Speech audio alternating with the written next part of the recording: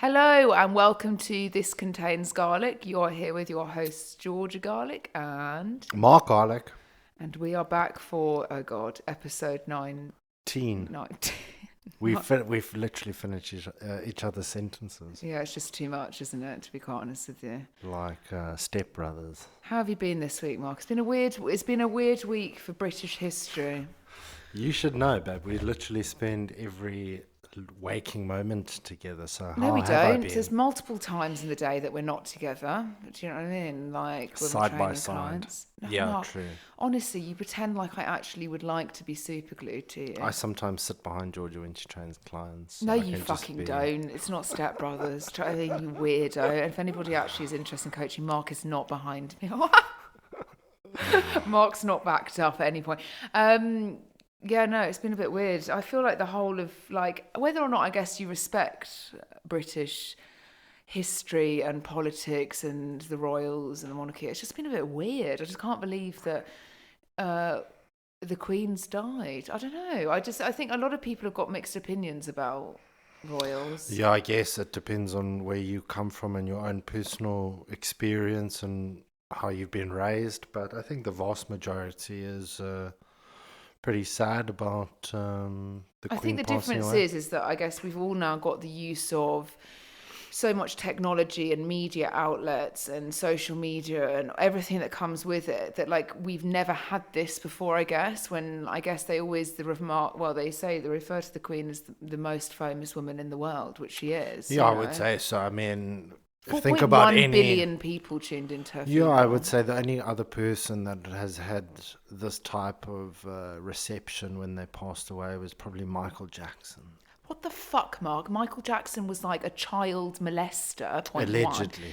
No, 4.1 billion people were not interested in Michael No, Jackson I'm not. dying. But I'm just saying, 4.1 billion people were probably concerned that Michael Jackson used to throw children out of a fucking balcony, hang them there, have 12-year-olds on tour with him, and the yeah, parents but were okay when with people, when he turned up back in the early 90s it. Mark, that's and not 80s. the Queen. I'm sorry. And I'm not saying it's not the Queen, but it's the only other person that has been close to having that type of reception. Princess Diana. Yeah, Princess Diana, Michael You Jackson. cannot put them in the same box. Of course you can. You can't. Michael Jackson at one point was the most famous person on this Yeah, planet. but he also, and whether to or the not, point where people would actually like give their children to him for like extended periods of time. yeah, but worldwide respected, whether or not certain countries respect the It's just Queen and the because royals. no, I'm sorry, I'm sticking Mark. with it. No, if you- anybody wants to back me up, then There's nobody here to back send you up. us a message on Instagram. But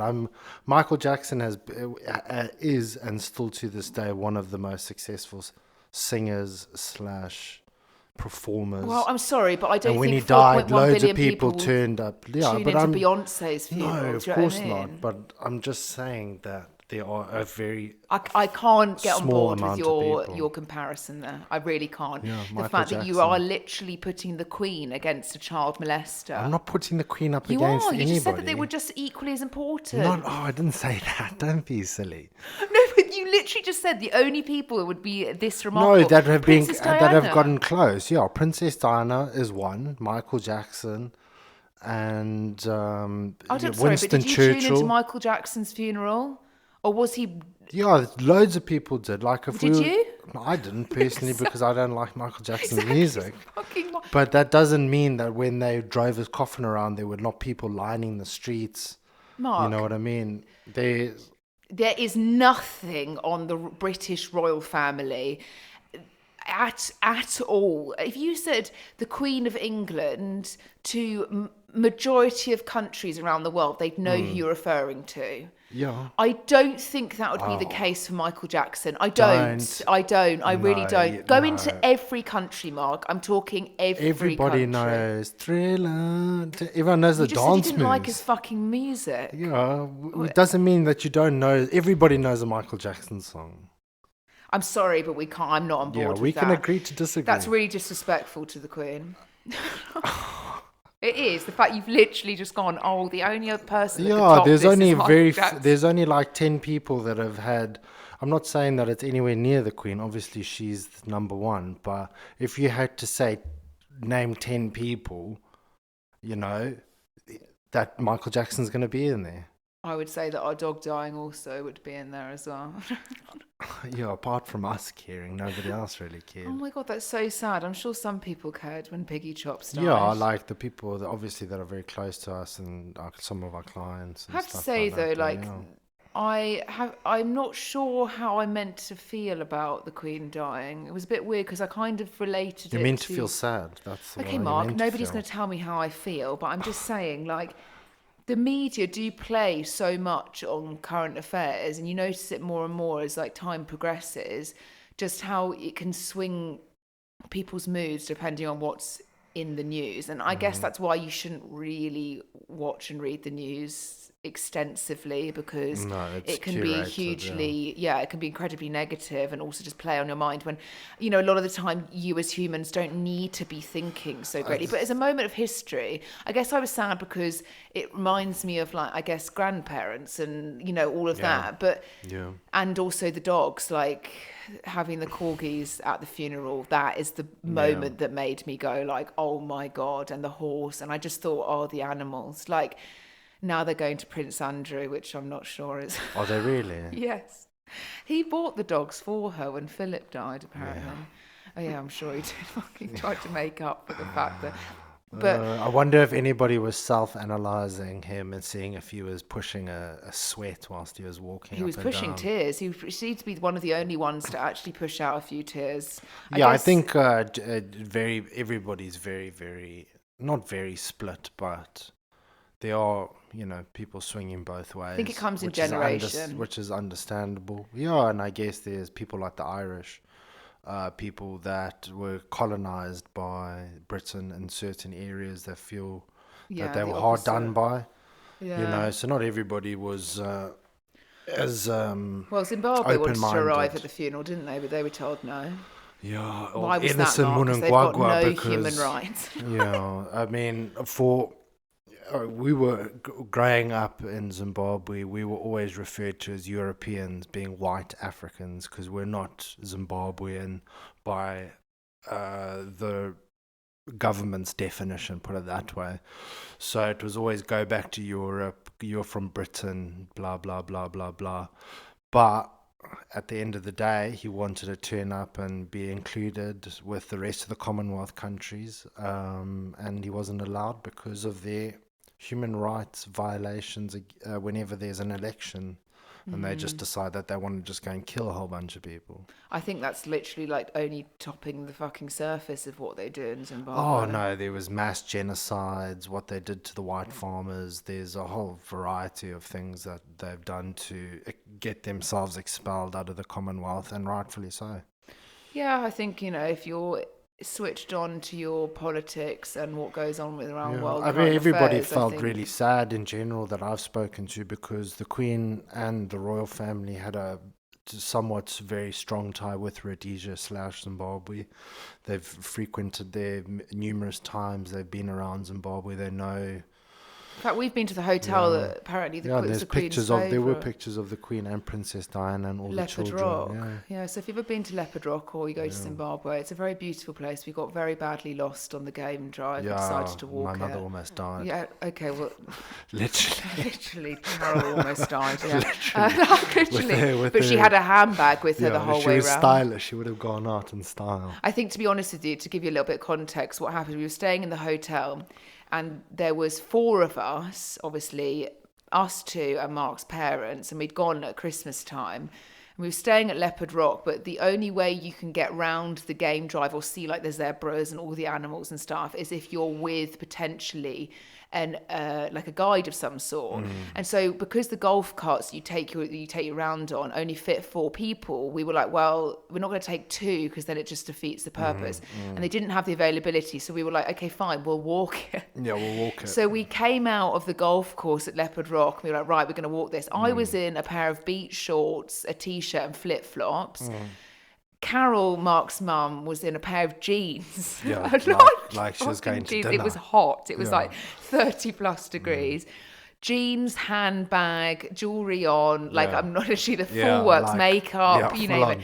And if you have ever come across what the Garlics are genuinely like, which you probably won't, because there's always something that needs to be tested at some point. Yeah, you've always got to go the hard route. You got to go the hard route, yeah. So we ended up like 5 hours later, so dehydrated. Yeah, no, we took no water, No water, no nothing. snacks, And we just nothing. walked down this massive hill, and we were Into like game drive. yeah. and Then we were like, literally no, let's go off the track and see if we can walking find up a shortcut. stream. Yeah, a stream in the bushes.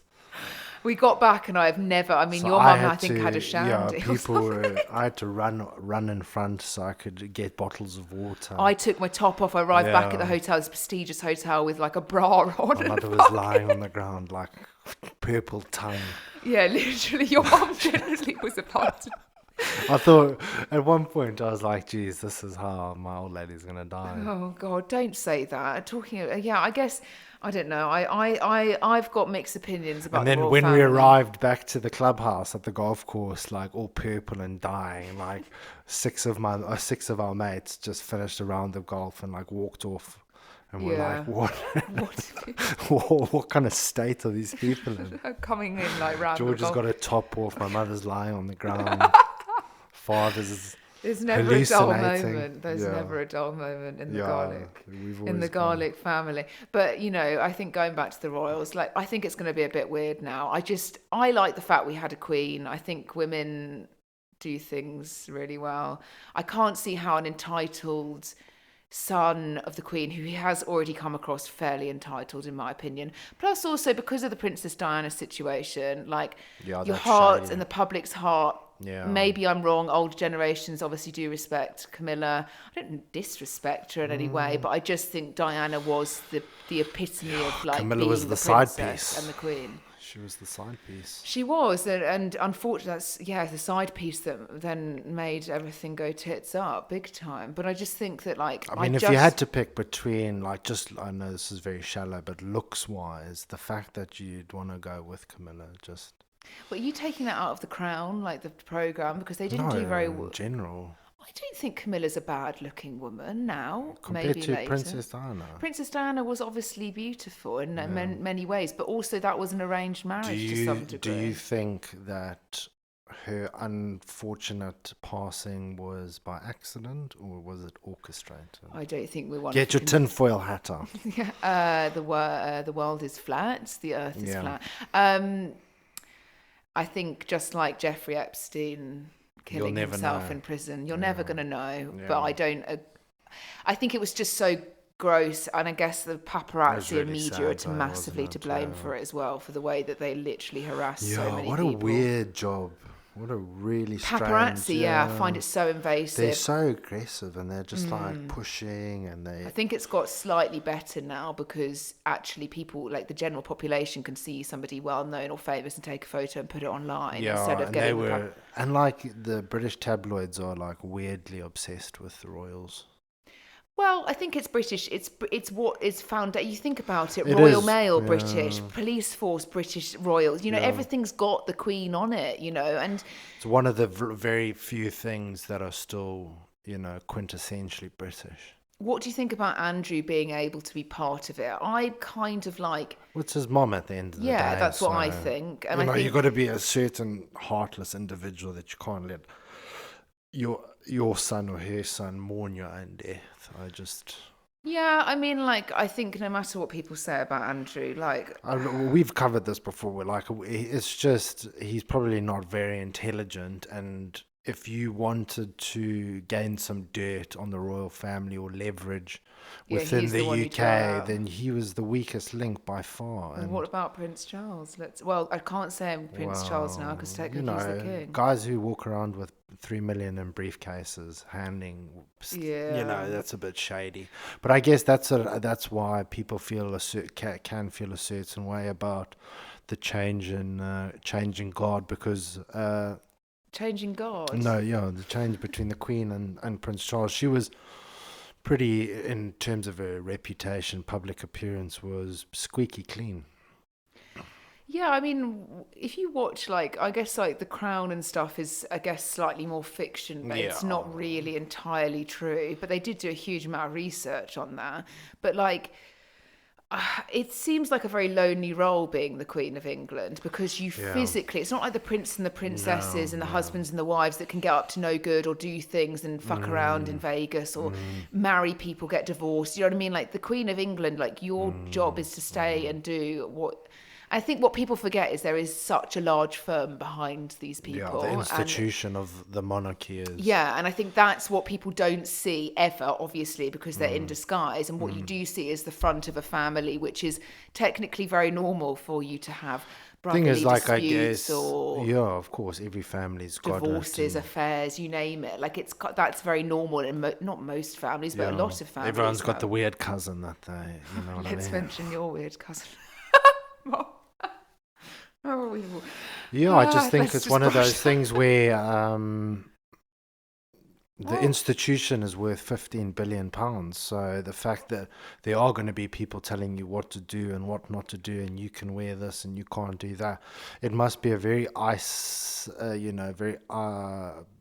position with a lot of isolation and Yeah, being like able if you to went on to express like yourself in certain ways. And Meghan Markle. I wonder for if that's going to example. change as we get through the generations. Maybe not with William so much, but we go younger and younger, Well, there was then that we whole might thing end up that with keeping up with the royals, like keeping up with the Kardashians. Well, the thing is, though, what I see in the eldest child of Prince William and Kate, who at some point will be king, obviously, Yeah. is all I see is him. He's going to be like Henry VIII. I don't know what it is, but I see this like really grown up, very small boy. Like it's this weird thing where I just think you look like you might be quite regimented in the way you do things. I don't know. I think, Charles is what, 73?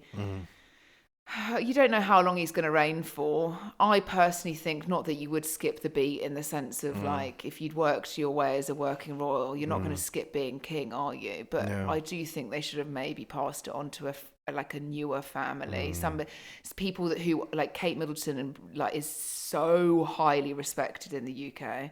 But again, going on to Meghan Markle, I mean, people put so much we've had emphasis clients that are onto. very good friends with her. Oh, I mean, yeah, and the fact that she used to come to London and try and climb the social ladder, and then when she But I do feel achieved bad 'cause when she's she achieved literally- where she needed to go, the person that she used to frequent and be friends with, that we used to train, stopped answering her phone calls and messages when she became too important. In fact, one of my clients was the one that introduced her to Harry, actually, back many, many years ago, and she claimed that she didn't know who Prince Harry was. There's literally only Yeah, I two don't gingers in the believe world, him and Ed Sheeran, that I are don't believe like, that. that would be well recognised.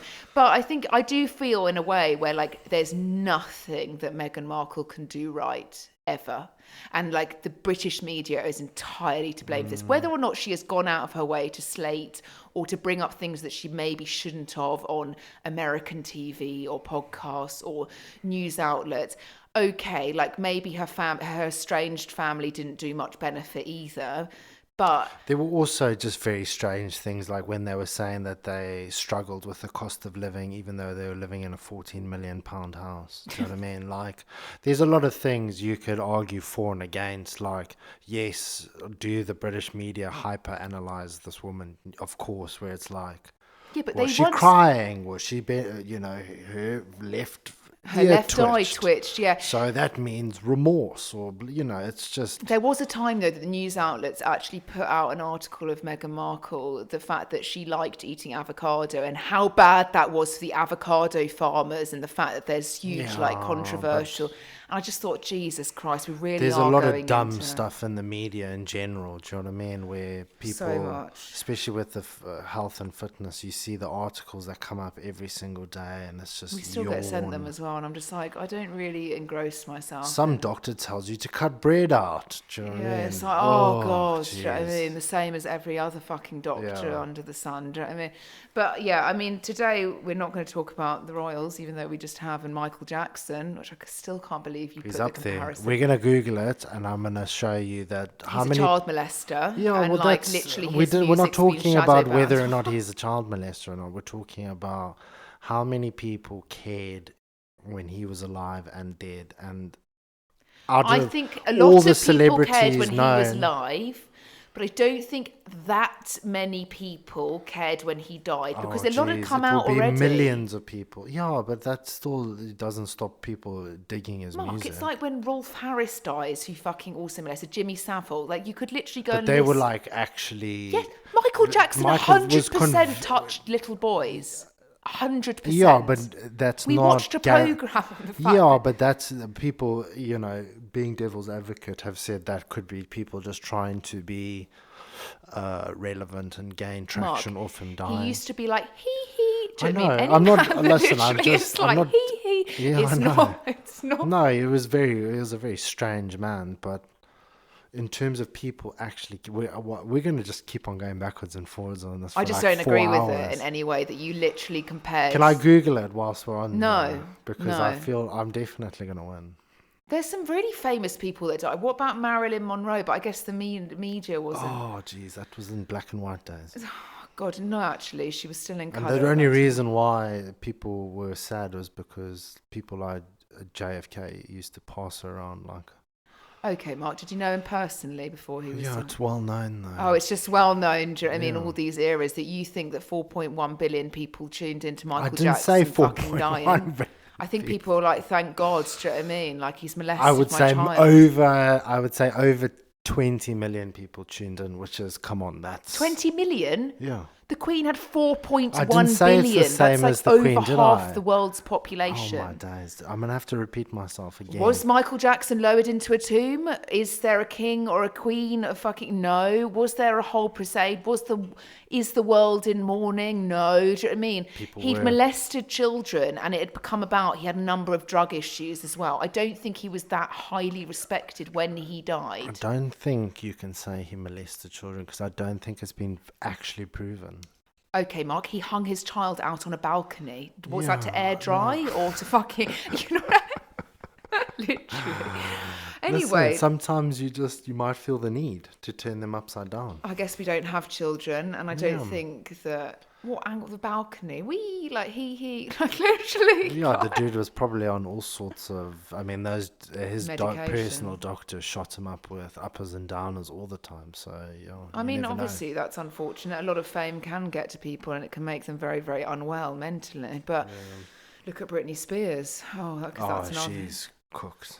No, don't call Britney cooked. She was so talented. It's such a shame her parents were such wrong-uns. Do you know what I mean? You know what gets me? It's when she does the videos where she just spins round and round in circles and has that like death stare that she does. I know. I think Britney can't And the weird necessarily like pornographic photographs that she uploads with like herself with all her clothes off. Yeah, just naked. But I guess, hit me baby one more time, like she's already, That you're was going to start such singing an on. You're about anthem. to literally. Yeah.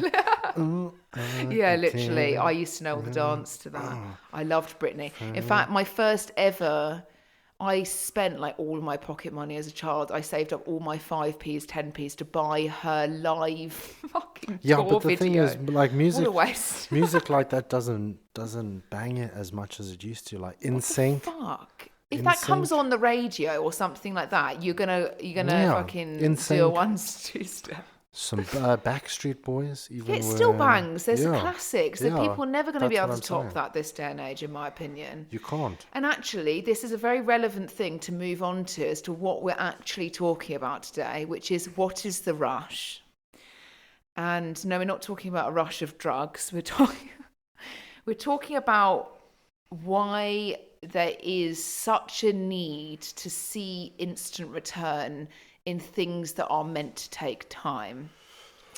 So a topic which can be, I guess, delved into a number of different ways and angles, but more commonly so, we have seen in our jobs and as a business extensive increase in people's patience, I guess, declining rapidly, and their attention spans or their willingness to want to adapt or learn something new is pretty low in the sense. I mean, what would you say, Mark?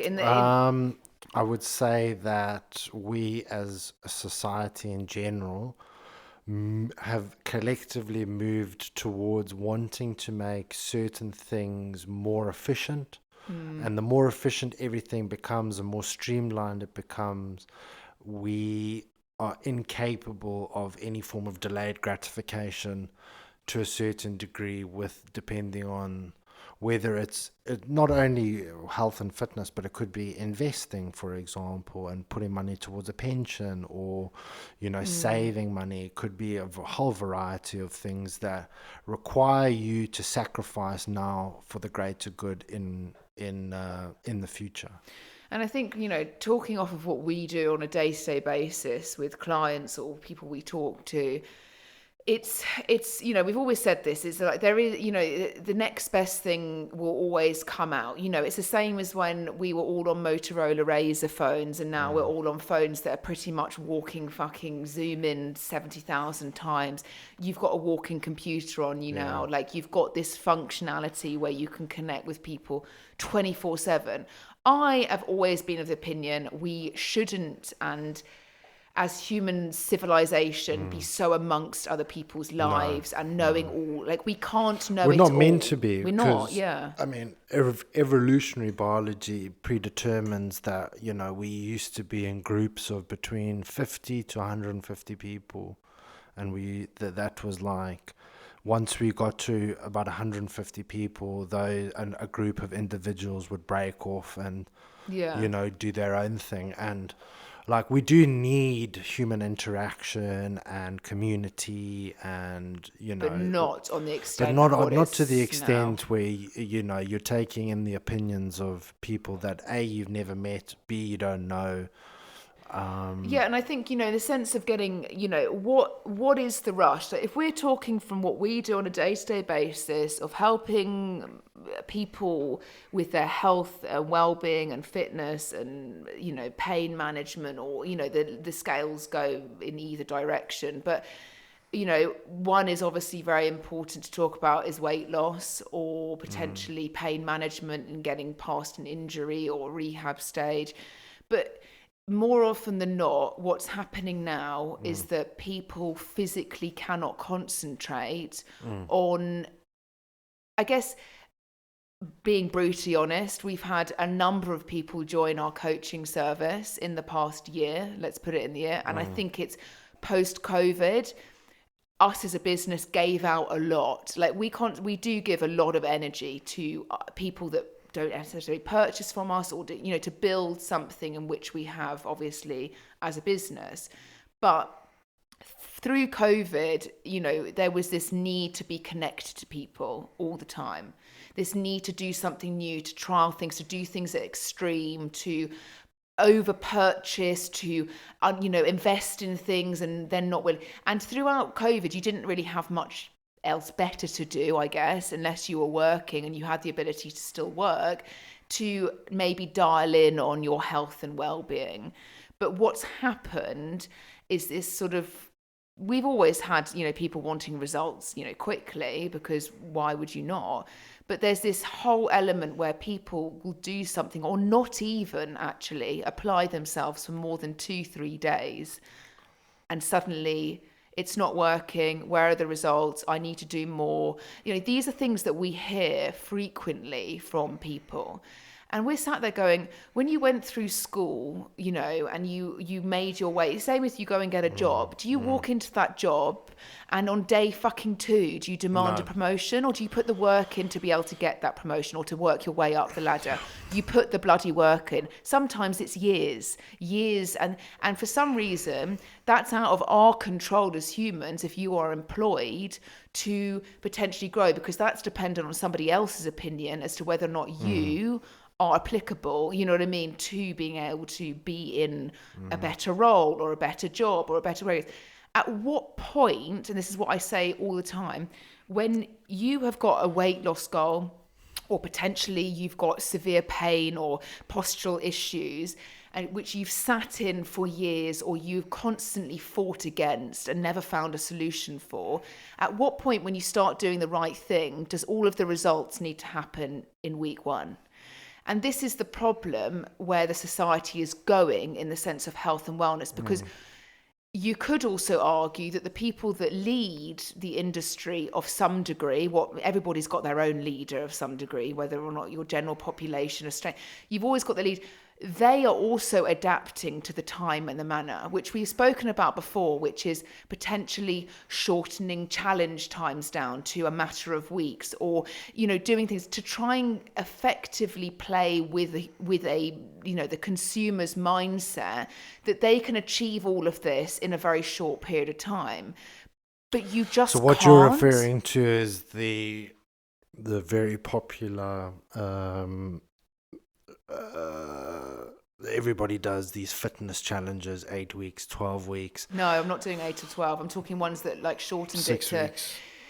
Yeah, but I guess that, you know, that's not 28 At the days. end of the day, when you look at that is a person that is not approaching the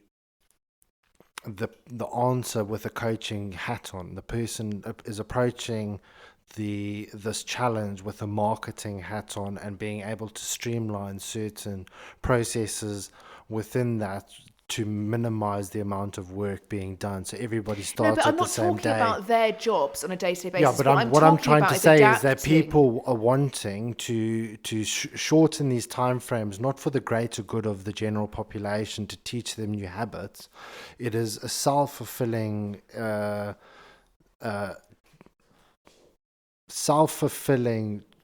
choice to shorten these things, A, so you can get paid quicker, and B, that you can clump everybody into groups, and the back end is much easier to do. Everything's automated to a certain degree, and it's limiting the amount of work as a coach, essentially.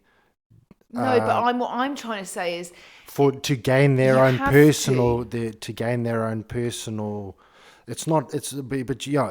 What I'm agreeing with you is, like, you can't do a 6-week challenge expecting people to then learn lifetime. I'm not talking about 6 weeks. I'm talking about 28. I'm talking about 28 months. days, 6 weeks, 12 weeks. It doesn't matter. No, because people can, like, what I'm trying to say is the fact that with the way that the world is progressing and the fast entity in which we all live in, where things progress so quickly that nobody can actually adapt alongside it, other businesses and people, potentially ones that are health professionals to a degree, will adapt according to that, which makes the situation worse. I don't want to get into the intricates because I don't really give a fuck. But I guess but you have to not I you don't need have to give a fuck about what anybody else is No, doing. I give a fuck about what we're doing and how we put it out there. Yeah, but this is. I don't think it's coming down to, yes, people's attention spans are reducing. I think expectation levels are increasing and attention spans are decreasing, and that's a collision which you just don't need, I guess, because somebody's coming, you know, it's not easy as a general population where things are constantly, if you were to follow somebody or to engage in content or to be signed up to an email list or like reading blogs or whatever, you know, if that is put about that actually, you know, you can just achieve this, you can do that. I'm not saying that if you don't adapt within 4 weeks, you know what I mean, then that's shit. You know, I'm saying that you're putting time lengths on things that are actually a whole life thing, you know. And I don't think, you know, that a 30-year-old is really thinking about when they're 70 or 80, and I don't expect them to either. You know, as we were discussing the other day, it's bloody hard, not only as a business, but an individual, to have like a 5-year plan currently. And the one thing that got right in the way of that was COVID, because it kind of threw everybody out of what you're used to. And then it's put different perspectives on situations or things, which has now allowed people to, I guess, move in a way where, you know, you don't need to put any work in, it's just there. Do you know what I mean? It's just there. And it does not upset me, but it does get to a point where you go, at what point do you think you're worthy of being better or feeling better or progressing on either a scale or a mental health situation without doing any kind of work? And this is what's changed, is the expectation that if you put minimal application into something, you can still reap that really large reward that you are hoping for. Now, you could lightly apply yourself to a situation and have a slightly slower return. But we happen to see it so much in those that have lost or want to lose weight.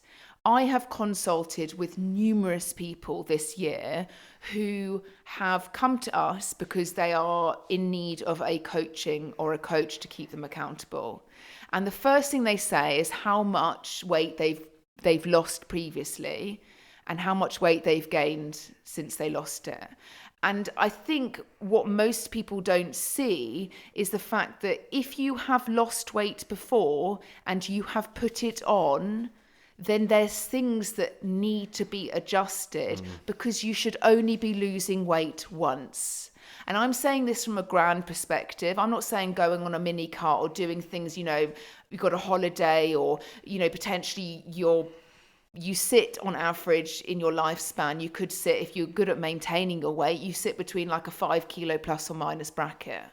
And if you step out of that bracket and you're piling on lots of weight, or you've been very overweight the whole of your life, and you've lost it, gained it, lost it, gained it, that is a cycle that has to be effectively broken.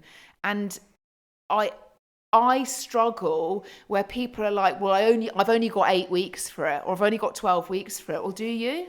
Or how much do you want to achieve this? Because yes, you can make fantastic progress in a number of weeks, but it's not about what you make the progress in 12 weeks. It's about how you maintain it afterwards. How sustainable is this for you afterwards?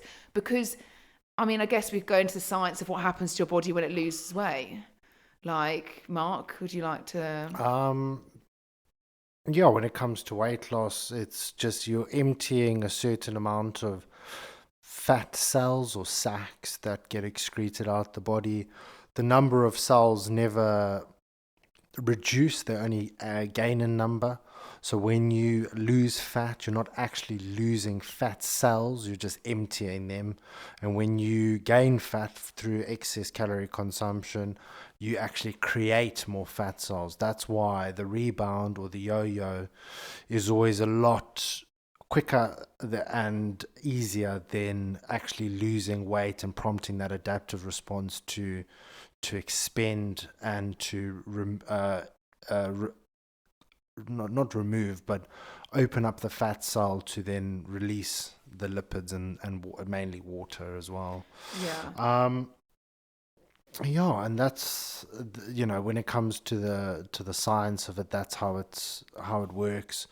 And that's why you generally try and especially as coaches, our main thing is avoiding that yo-yo, trying to get people to a point where we educate them enough with the self-care habits and lifestyle habits that they can implement it for the rest of their life. And I guess that's where a lot of people come undone is they wait for motivation, they use the motivation to get themselves going, and first or second sign of adversity when the scale's not moving in their direction, or they're busy at work and they just self-sabotage and self-destruct everything around them, because essentially you're just making excuses, Yeah, and I think the biggest So anomaly. like the one thing that really, it doesn't grind me, but I'll be honest with you, it really grinds me. People are like, It doesn't grind me, but really grinds. I've been so busy at work. Well, it's like, well, you've still eaten, you've still gone out of the day to put things in your mouth to eat a meal.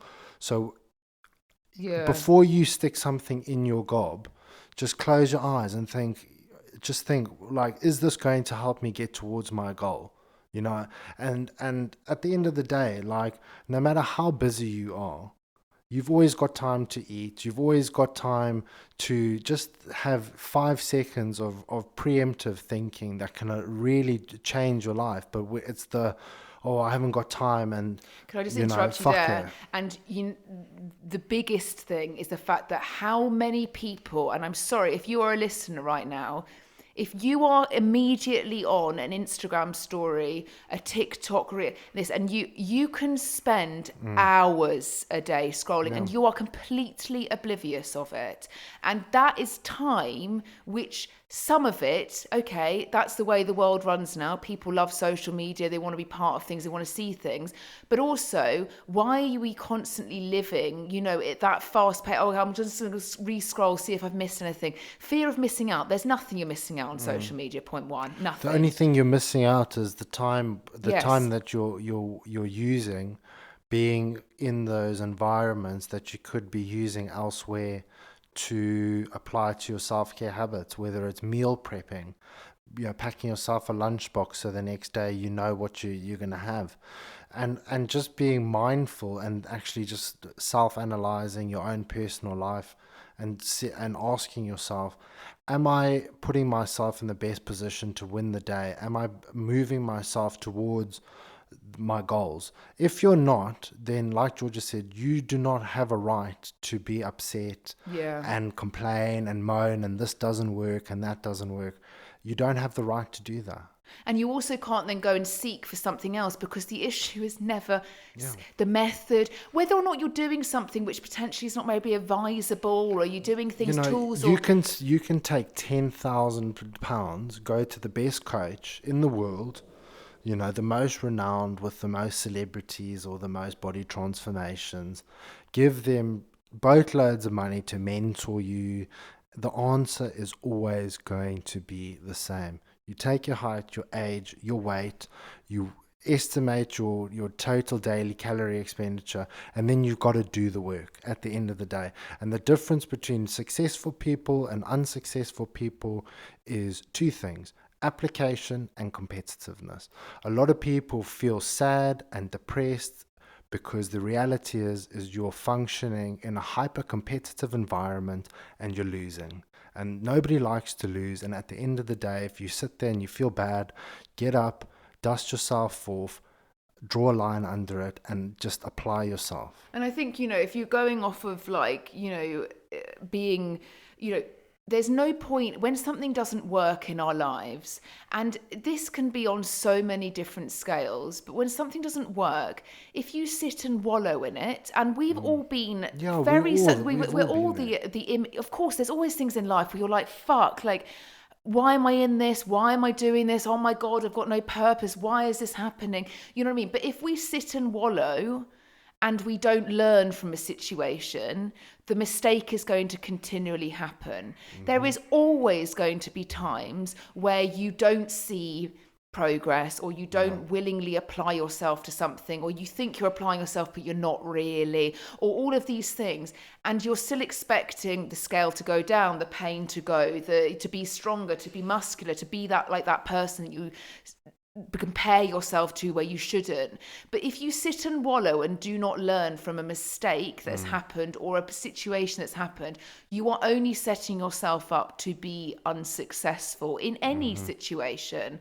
In a working environment, it's competitive to a degree, depending on what job you are. You might be in sales. You might have to hit a target of sales, and you don't hit that target, you're not good enough at your job. But when you do hit it and you excel, you get bumped up the rankings, or you might get a pay rise potentially, or you might get just a little bit of more gratification from your colleagues. That is what drives humans. At the end of the day, whether or not we like it or not, it's a very competitive environment wherever we are. The same with business, the same with personal life. Like we spoke about on the podcast last, where are your children? It's like, well, I didn't really want to, you know what I mean? It's like, I don't really want children. Is that a problem? Do you know what I mean? It might go against society's way of doing. But if you are applying yourself a database to get what you want to achieve, you are 100% able to reap those rewards. And my God, are you going to feel good when you've put that fucking work in?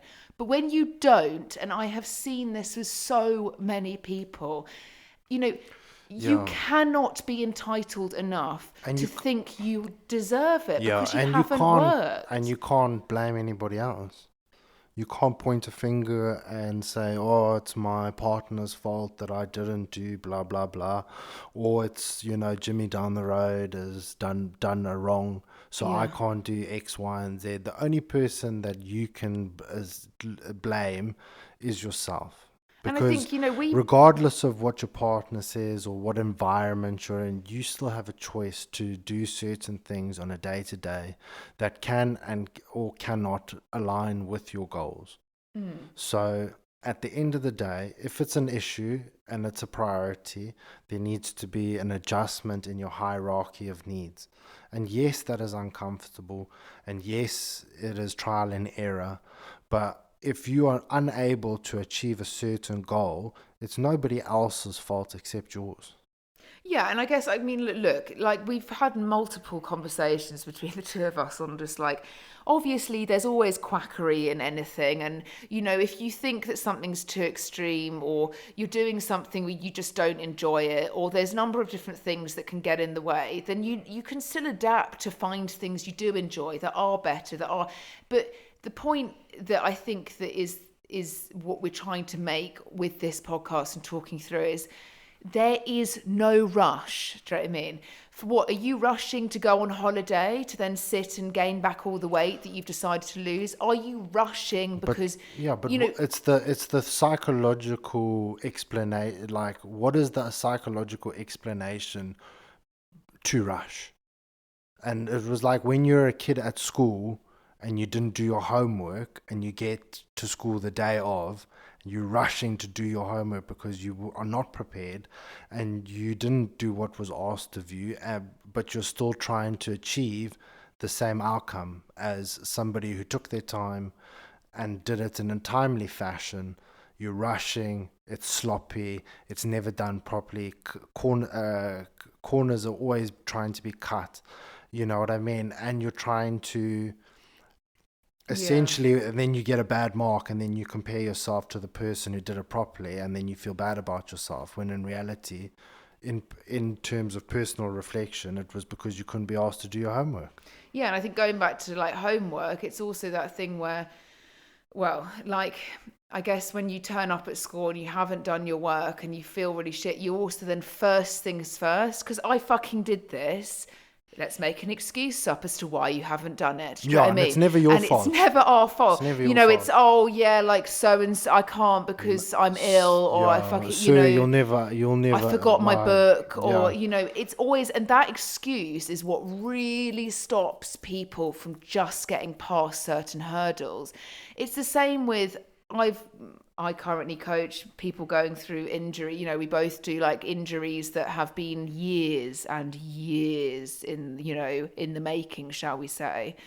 And it's that sudden expectation, or I guess what we always say, paralysis from analysis, where you've sat in a physique or a body position, or you've not done anything, it's only just declined over the years, and then within a week or 2 weeks it's not exactly where you want it to be, so you give up.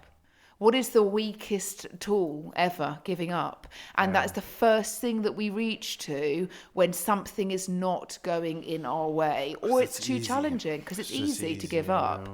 So I guess the reasons why people give up so quickly is either it's just not sustainable for them, they don't enjoy it, it's not something. But I think if you're going into a coaching situation, because it's happened with us as coaches, and I'm sure the coaches that listen to this will also agree, where people come to you wanting to change and adapt or to do this, and they put absolutely no application in, none. And then you get a message 3, 4, 5 weeks along the line, none of it's worked. Well, where's your applications be? You know what I mean? This happens to everybody. And like, whether or not coaches want to admit that not But every it's client not- is it's- perfect. it's- No client's perfect, but at least No, but it's a what it is. It's a psychological assessment of, Yeah. I set myself out a goal and I didn't achieve it. Who can I blame? Whose fault is it? Whether it's work, the excuses are numerous. As long as, a piece of string. Yeah. And it's that short searching and seeking for not gratification, but like, oh well, it's this person's fault, makes you feel better about yourself, knowing that you haven't let yourself down, and that it's someone else's fault that you haven't been able to achieve your goals. And it's the realization that people have self-sabotaged themselves. They haven't put the effort in that they should, and they're still at a situation where they're not happy within themselves, both physically and mentally. But should people feel sorry for you that you feel bad about yourself physically and mentally when you're not willing to do anything? Do you know No, what I and I mean? think this is where It's the like society's moved if to, you though, were is to in sympathise. rehab and you're a drug addict, but you refuse to stop taking drugs. There's only so many times people can come and help you and be like, we think you should do, well, this is what you need to do to get better. Okay, you're not doing it. Well, let's try and take the drugs away from you and try and do something else, or it's not working. How many, like, you need to take self-responsibility and be an adult.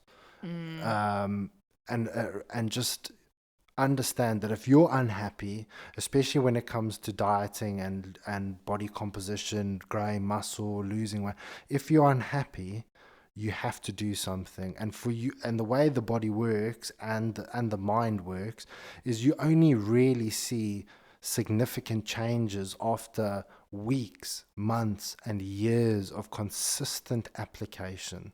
The body is always wanting to be at homeostasis. So the stimulus you need to provide needs to be greater. You need to force your body to lose weight. You need to force your body to grow muscle. It's not going to happen easily. It's not going to happen in a week or 24 hours or 3 days. It takes months, years of consistent application. And if you're not willing to do that, then the willingness and the want and the expectations that you have are not matched. So then, but don't point a finger and blame somebody else, because Yeah. at the end of the day, you put food in your mouth, you can go for a walk, you can exercise, and like, just miss me when you come to, oh, I'm too busy, blah, blah, blah, blah, blah. I personally have worked on a gas pipeline where we work from 5:30 in the morning to 9 o'clock at night. If I can still manage my macros and calories and get a workout in every once in a while and work 7 days a week round the clock and still get shit done, then anybody else can do that. Yeah, it's the same with, like, there's, I really, there is very few people. I'd probably say maybe I've dealt with CEOs of the highest levels, the same with you, Mark, whose lives run by the clock in the sense of their jobs or what they have to do, and they're exceptionally busy. They're traveling around the world. They're literally on a flight every second day. That was my father, literally on a flight. But there was still a willingness to do something. Apply yourself. And we have seen some of the busiest and the most successful people. We've trained them. We've been there. We've seen their diaries. I've seen guys that work for investment banks, top of the food chain, with diaries that would make your eyes spin. Yeah. And then you're sat there going, touching down in Australia for 24 hours just to sign a piece of paper, come back, but still able to maintain a decent physique, maintain, nutritious food, exercise, walk, run, do something. It's a will and a want. And at the end of the day, I'll never forget having a business mentor, and we're doing a thought experiment, and he said, okay, this is just an inclination and to show you an understanding of how your mindset works. All of a sudden, you get a phone, your phone starts to ring. You pick up the phone, and it's the Jimenez cartel in Colombia. They've kidnapped your entire family, and if you don't do X, Y, and Z, they're going to execute everybody. So if they said to you, we want you to track your calories every single day for 20 days, or we're going to kill every member in your family, blah, blah, blah, blah, blah. I know it's extreme. You'd do it. you Yeah. would do it. You'd find a way where at work you'd be like, listen, this is the situation, this is the scenario. You know, you get But not things even done. in a working environment You do would you get it. have to even disclose. I love it because it's the biggest conversation starter when somebody's losing weight. It's got to be like a celebration of the fact that somebody's willing to apply themselves, which is great. Do you know what I mean? And they go to the office and they're like, and I think a lot's changed because now it's all virtual and fucking nobody's in the office and all of this. But take yourself back a couple of years, you know, we used to work with clients, go into the office, somebody's there shaking their fucking protein shake, you know. I always used to joke with a client of mine that like it was that sort of like self-pride, the fact that you were having a protein shake and the fact you'd been to the fucking gym and everybody else was a lazy bitch around you. Like it was always a joke. But it's that whole thing of like, oh yes, sorry, I just thought I'd let you know. I just thought I'd let you know I'm losing weight. And this used to happen with family members of mine. When I was going through my weight loss journey, suddenly I had to eat a completely different meal to everybody else because it was, oh dear, George is losing weight. Well, I didn't actually disclose any of that shit. I was getting on my own life. But suddenly everything's got to be different. It doesn't. And this is the thing, like just because we say you need constant application, you need this, it's not army regimented. You can still go and bloody socialise and go and have a great time and eat lovely food and tasty food like we do on a day-to-day basis. But it's that constant need. Like I draw myself, like a lot of people ask me, how have I been so successful in a very large weight loss journey? If you haven't tuned in before, I lost about plus or minus 60 kilos of body weight, okay? Whose fault was it that I put that in the first place? My own, and also my environment that I was around. I could put some of the blame on that wasn't the most supportive, okay? So, and also judgment can also entice a human to do opposites in the sense of you do that and I was like, no, I'll do that. And that's how sometimes it can get into a very vicious cycle. I had a number of different issues with drugs and whatever, but the issue of me, why I am here right now doing the job that I'm doing, how I've managed to still maintain, still be healthy, still be fit, still be strong, and still be actually fucking mentally sane is because I fucking applied myself. There was no excuse getting in the way that I was sat 60 kilos heavier, which is like a whole nother fucking human on you, and going, oh God, I can't be fucked, I'm not going to do that. Of course, there's moments where you can't be fucked to do something. That is human psychology. But you're narrowing down as to why you're going to lose weight because you're literally on the broadest spectrum of literally either you're getting diabetes, you're going to shorten your fucking life within seconds, you know, and you're walking around fucking uncomfortable. At what point does application, you know what I mean, and the need and the want just wear off? It shouldn't, because we have put ourselves in these situations. Yes, there are people who might have gained weight due to medications, to illnesses, to whatever, and those are things that are very nuanced topics. But if we are talking directly to a general population client, we are entirely to blame as to why we are holding more body fat, more body weight. And I'm not sat here ripped to shreds with a six-pack at 2% body fat, 0 period, and hating my life. I am still enjoying my life, always have done, and I adapt to the environment that I'm around. But I never let things get in the fucking way. Because if I didn't exercise, the same as what Mark's, you know, we've said a number of different times, or if I didn't try and balance, you know, eating, I feel like shit. There's no other way to describe it. I eat chocolate every day. I have really tasty food every day. We cook. We do really nice food. It's not bland, boring, and disgusting. No. But I'm still sat here in a position where I feel good. Do you know what I mean? And that is, you know, if you're sat there with potentially declining mental health. I've been on medication. I was on medication for years with my mental health. I've been through the works of feeling like shit.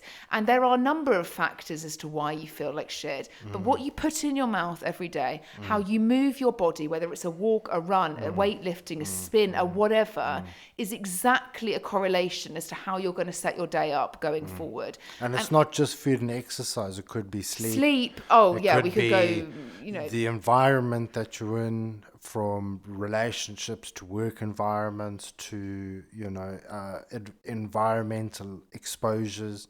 You know, you could be working in a dangerous environment, you know, with chemicals and night shifts and, you know, a whole bunch of things outside of, and, you know, it's just But we've worked with plenty of people who have set themselves up. They've worked on night shifts. They've got a complete plan in place. They make their food tasty. When they've got the chance, they have a structured routine, which everybody's life should really run by. The less routine we have, unfortunately, that's when shit goes a little bit downhill. yeah, and I think this is also Instagram to blame, where people are like, if you go too rigid, you basically turn into like some anal person that has like OCD, or Do you know how many everybody loves structure. Yeah. Do you know what I mean? Imagine if you were going to work every day, work in an office, and every single day was a different office.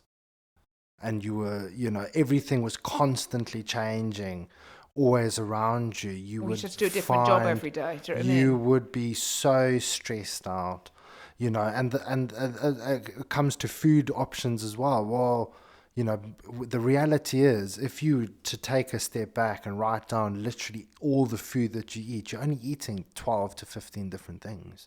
The fact that you've always considered, why can't, like we say to people, if you want to lose weight and you want to keep it really simple, sometimes just eat the same breakfast and lunch and keep it quite as similar as possible, changing certain variables out if your personal tastes change, and then have a different dinner, just so that you can be consistently planned and prepared for trying to achieve your goal. And some people would be like, oh, I could never eat the same breakfast. And then when you look over their MyFitnessPal logins, they're eating the same thing every day. Yeah. We don't like to think that potentially we are very structured. Like, I love the fact that I have a ridiculous structure. In fact, like we've got such a set in place routine that we can literally move anywhere. And but I guess that, and that's the thing, is like when people are like, "Oh, you're doing the, outside death and divorce, moving house is so stressful." And yeah, certain elements were super stressful. due to our But shitty. the fact that our routine is so regimented, it wasn't that stressful. It was like, oh, I'm in one place and I'm in the next place, but I'm still doing the same thing every day. Yeah, and I think, obviously there's those that can be hyper and, analyze every situation. And we're not saying you need to be that right to the T. You need to have an Excel spreadsheet of exactly what time you're going anywhere. Just be mindful, though. Don't just walk around with your head in the sand. Yeah, and I think, like always rushing to get from A to B, like nobody like when you're like late to something, maybe you're one of those people that's always late, but whether or not you're always late or not, most of the time you rush in, whether it's with a coffee, no coffee, fucking, oh God, the traffic was so bad. You're never arriving to a situation feeling like, right, I'm here, I'm present, I'm here, I'm going to do this well. You're arriving already quite flustered. There's whether or not you that don't irritates care. me more than people arriving late. Yeah, but whether or not you don't care whether you're late and it's just a current occur, you always still arrive pretending like you've been late. You know what I mean? Like, oh God, I'm so sorry. Step. You know what I mean? Oh, something so-and-so didn't work out. If you arrive to those situations and in multiple different terms and variables in the sense of what you eat, how you move, how you sleep, how you manage situations or whatever, you're always never going to be in the best setup. So instead of going in and rushing something, think about what's happening fucking afterwards. Do you know what I mean? Because it's not going to be good. I will assure you on that. If you cannot get yourself into a routine, and I hate to say this, but the majority of the population worldwide, and science is following it, is morbidly obese right now, okay? And there is a number of reasons as to why people have ended up in these situations. 1, we are very sedentary as humans. 2, we overconsume calories. 3, it's fucking easy to eat a lot of food. And also, we've got that joy of instant online deliveries, this, that, and ever, where we can get exactly what we bloody want within a matter of minutes. And that is not where we really should be as a society or civilization, because it's not healthy. No, it's removed from our. I always touch back on evolutionary biology, because we spend more time as like pre-modern man than we have being modern man, and like we are hunter gatherers. The way our bodies are built is for, head up, eyes up. The way our cardiovascular system works and our cardiovascular endurance, and just the way that we've evolved over time. We are hunter gatherers. We're meant to be. I'm not saying I mean that in like we're meant to eat meat and be like a carnivore. I'm just me. We're meant to, you know, Have be on the like. This is the thing. Is like regardless of whether you like fishing or not, if you're holding a fishing rod and you start to feel that tug going, regardless of gender, age, there's just something that hits in that reptilian brain of yours, which is like, yes. yeah, And it's literally. just certain things are not, they don't have to be taught. It's just innate in the human, like when animals, they just know where to go and stuff like some of it is passed down, but not like, there's no like animal conference where everyone's talking about doing a certain thing. It's just in our DNA that certain things, you know, really spark us, and that is movement and eating nourishing food and not carrying around excess amounts of body fat. Yeah, but And and also like, look, you know, as we'll go back on, you know, it's not about being the leanest, the fucking, you know, the most in shape 24/7. It's about, you know, as Mark said, like when you used to go and have to hunt for food, to put it into context, do you think you were always successful? No. But did people carry on trying? Yes. Do you know what I mean? And it's the same thing as if you had to wait for a deer to pass to fucking, you know. well, they've done metabolic studies comparing the generations with regards to our total daily energy expenditure, and our grandparents would on average do more, 3.5, 4,000 more steps than we would per day, because they were like, oh, I need to get a loaf of bread, let me just walk there. Yeah, Do you know what I 'cause you mean? couldn't have, you didn't have a fucking choice. If you And had a the car, you were reality bloody is, wealthy. Do you know you what I know, mean? when That we was it. see clients, the reality is most people are doing 2,500 steps a day, 3,000 steps a sometimes day. less than Some that. people are less. So, But you it's know, not like it's we're not about talking doing about 10,000 and no, being it's not. But perfect. if someone's doing, let's say on average 3,000 more per generation, and people are only doing 2.5, 3,000, that we're talking about 100% increase. yeah, and now it's only going to go effectively as the generations reproduce, it's going to only get worse, because now you really can get everything within a moment of minutes, seconds, time. You know what I mean? It's It always, is and pretty even the impressive, businesses though, that are yeah. doing these things, fuck, it's impressive. Like the Yeah. likes of, whether or not you like Jeff But that's a Bezos or not. capitalist society, though. That's the thing, is like we constantly working and striving towards Shorten making time. making everything faster, quicker, less effort, more. You know, like when you buy a new iPhone and you just like take it out the box and you like sandwich them together, and it's like, okay, done, and you're Yeah, like, like, what? what the fuck? Before you had to sit with like LimeWire, Oh transfer yeah, your music. like we were talking about it the other day. I made a payment on PayPal, and it was so seamless. And I was like, geez, I remember when PayPal came out, and it was Oh, a like nightmare. 28-day processing, do you know what I mean? Yeah, And it was this a and night. that. It's And so quick, and everything is just getting. You know, this is. I read a psychology paper the other day, classifying the younger generation as having load rage instead of road rage, and the that's point so where true. things take. You know, you put a thing on YouTube and it starts buffering, and you're like, buffering. What the Unless you fuck? live Yeah. in Zimbabwe, do you know what I mean? Buffering is not a thing. Like, it's the same with the expectation. Do you know how much pressure that we felt as a business from going on? So we obviously ran gyms, you know what I mean? We were face of it. We had online as effectively something that complemented the business.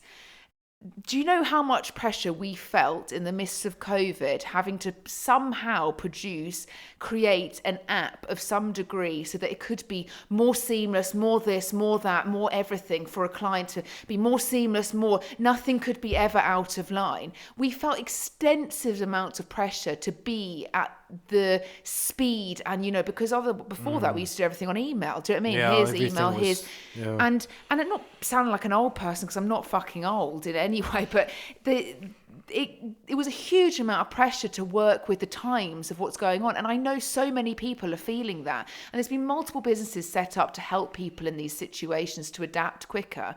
But it's like, you know, when people, for example, we used to have a membership site that was run by a thing, and if people couldn't log in or something loaded too slowly, because we were aware of this, we are incredibly switched on to every Well, there's only workings two our of us business. doing it, so the Yeah. only people that we, Well, we and don't a have. team of like people that help Yeah, with but the tech vast and stuff, we do but- all the coaching, we do all the interacting with people, and have a heavy hand to play in the app and all the other. We'd intricate... receive like rude messages over something not working, and that is something that I'm really against. Yeah, and it's like, because do it's not you like it doesn't honestly work, think? it's just you're not patient Do enough. you honestly think that just because a PDF couldn't load, you're incapable of doing what you need to do to achieve your own personal goal? Yeah, that's happened a lot of the time. Do you know what I Like mean? blamed it Like, on the piece of paper. this is too slow, and it's like you shouldn't even be focusing on that. You should be focusing on what you put in your goal. I mean, some of the best coaches in the world, and this is off of our terms, not what potentially the general population would think the best coaches in the world, they're still fucking on an Excel spreadsheet. And sometimes I think, you know what, that's probably the easier route, is to stick with stuff that was actually the way of the workings of what most people knew. And the minute you go to apps, and I'm sure, because we know and have worked alongside or have been involved with people that are app owners, my sister has developed, I mean, she's pretty much taking on Facebook for what it's worth. Like, the amount of pressure to navigate tech and so fucking quickly.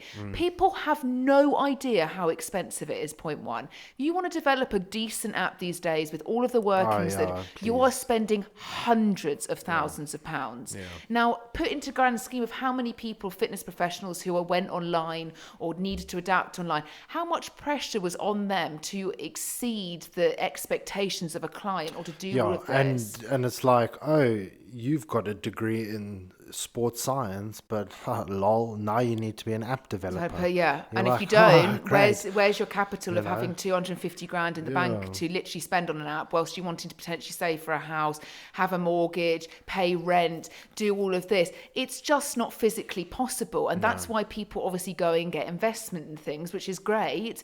But with so many people needing to do that as the norm, it becomes this thing where, okay, but are you even investable? Do you know what I mean? Is your what you have to offer and how you offer it investable? Do you have a good, otherwise you're on your own back, and it's the expectation of people riding against, the fact that you potentially as a business can't do it. You're too small of a business. It's not the wisest financial move. But we we don't promote our app because for the reasons being, if anything goes wrong with it, it ruins our day. It ruins our fucking day because there's once it's gone down, and that was recently, and both of us were like, "Fuck!" Like it's and then you got to day. learn on the job. Do you know what I mean? Like I'm an app developer, and I know how to do JavaScript and all this. I will other put into nonsense. context. I have spent hours, days, months learning. And this is the thing is like, okay, for example, Georgia and I are not tech. We are tech savvy to a certain far more degree. tech savvy than you Yeah, are. but like not to the extent that you are now. When we first started online coaching, Georgia single-handedly taught herself how to do basically anything on the internet. And I've watched her like try something and it not work, go onto YouTube, watch a video, try again, and it work, and slowly build a confidence in something that's nowhere near her like realm of expertise. And this just going off track. We have had and had to have had a need and a want to do certain things. So have we sat back and just moaned and complained and, well, I don't know how to do a website. No, Georgia went out of her way and found a solution to getting the job done.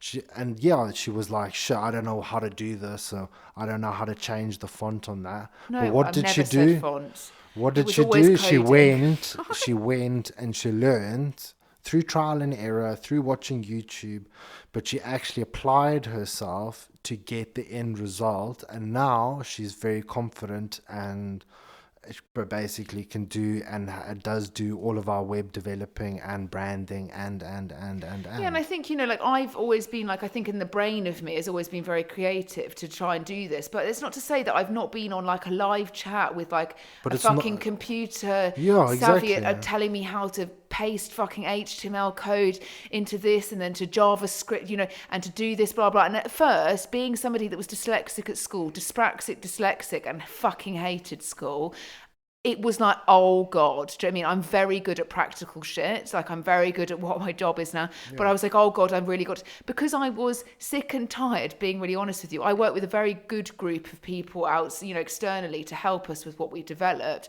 But it took a while to find those people that you could trust and you could really rely on. And I hated having to always go, well, this has gone wrong and I don't know how to find a solution for it. Well, you email somebody, and being an entrepreneur, you email somebody on Friday afternoon and they take, the rightfully so, reply to you on a Monday. If you're self-employed and you run your own business, you want it done 2 days ago. Because you've got people, but that's the difference, because you've got people on you saying this doesn't work. How does that work? I don't think. And if you don't know to a certain degree, you're then relying on other people. And I do think relying on people for certain things is very useful. I think externally investing in others is a very, very wise business move. But I think if you are a small business starting up or doing something more online, which we were at the start, we had people, but it's not to say that in the sense of online, but it wasn't to say that we still weren't a small business and an entity to a degree. I needed to know there and then, in the sense of, I hate people being annoyed. Like, I don't like people being upset or feeling like things are not working in their way. I do sometimes think people behave in a really untitled, really shit manner, you know, and I think people could speak to people much nicer, but it kind of drives you, okay, I need to learn, do you know what I mean? I need to do this so I can find a solution that doesn't necessarily rely on somebody getting back to you like much, much later, or, you know, but I didn't then go and externally demand from somebody else, like, right here and now, I need the fucking answer. I just went and learned myself. Do you know what I mean? And that can be said for applying into any aspect of your life. Is you have to do the work yourself if you want the saying, if you want something done properly, do it yourself. Yeah, and this is the thing. Like, I've always just relied on myself to only prove myself to, you know what I mean? Because at the end of the day, sometimes it's like you just want to, like, if it doesn't work, you just get annoyed at yourself instead of taking it out on somebody else whose job it probably isn't. Yeah, and this is the thing. Like, you know, you screaming at one of the app guys is pointless, when in reality, if you know the answer yourself and you know how to do it yourself, then there's no excuse. And also, I will say that, like, all of these things, like, people in every business, whether they're app developers, whether, you know, they've all had to learn with the adaptations of what's happening in the world currently. And I think there's always this, as we always say, this really instant expectation that things can be sorted ASAP. But actually, as I did, you've just got to learn. Do you know what I mean? You've got to learn how you can sort a solution out, rather than constantly pushing the barriers to other people. Yeah. And I'm not saying that I'm the world's best coder in any way, shape or form. I literally watch people code and I'm like, what the fuck? Like, it's insane, the level of when you see somebody typed to code something, you're like, what the fuck? Where did that come from? But if you want a solution for something and you are your biggest barrier, that's the answer. Yeah. Go and find it your fucking self. But I just think, in general, obviously just summarising what we've spoken today, everybody just fucking slow down. Just like when you drive on a road and there's speed bumps because you've got to keep the speed at a limit. There's reasons why, because you can't rush from A to B potentially without hurting somebody or being a risk on the road. It's exactly the same with your health and fitness journey. It cannot be rushed. And where the fuck are you going? Point one. Do you know what I mean? It's not about let's do it all now and that's it. Do you know what I mean? This is something you've got to find enjoyment in, satisfaction in, and work hard at. And that is not hard like, I've got to go and sit in an exam hall for 4 hours. Do you know what I mean? It's hard because it's out of the norm for you usually. And if you do not challenge yourself and you do not apply yourself for weeks, months on end, just do not expect that return to fall into your fucking lap, because it's lazy at the end of the day. And that's where the excuse is, in my opinion. If you've got, for example, if you've got like an anterior pelvic tilt and have had one for 40 years, Are you going to change that in 3 weeks? No. It's going to take you a long time. And why? Whenever you think of the process, think of the stimulus required to force your body to adapt. So you're like, geez, if I do this, is my body going to be forced to adapt? Yes or no? If the Yeah. answer is no, then the chance of success is going to be very limited.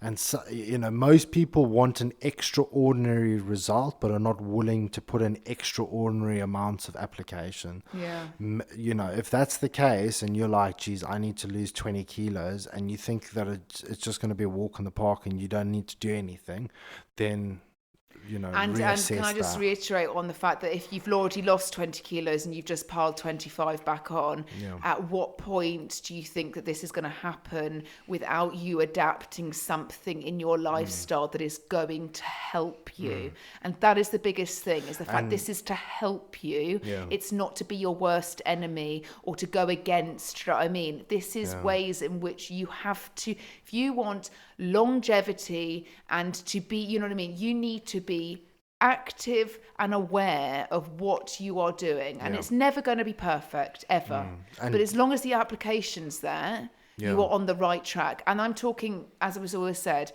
it does grind our gears that people expect so much, and I can only say it's the way that the world is working. Excuses are self-sabotage. Like, Yeah. you can have as many excuses as the cows come home.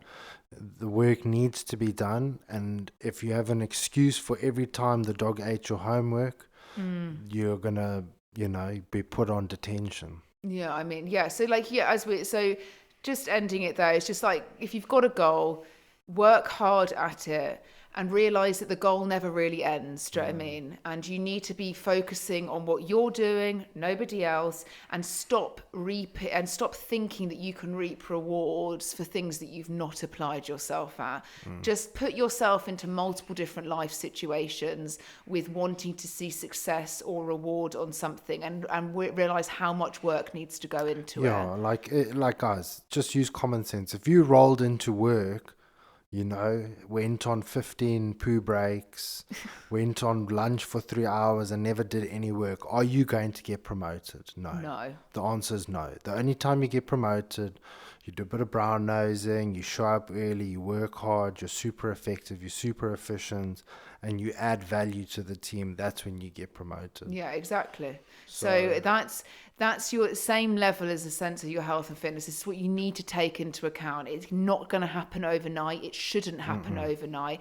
And if it did bloody well happen overnight, we'd all be doing this like a hamster wheel. So I think, just think long term. It doesn't need to be when you're 70 or 80 or 90 years old, but it needs to be actually realistic and actually wantable.